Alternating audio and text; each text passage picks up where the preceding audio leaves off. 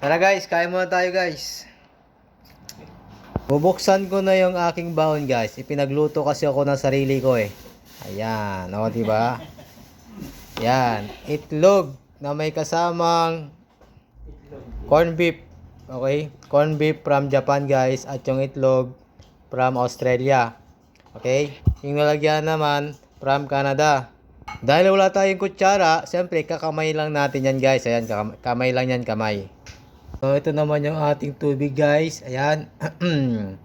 Iced tea yan guys. Kung nakikita nyo, parang mineral pero iced tea yan. Tara guys, kain tayo. Ayan.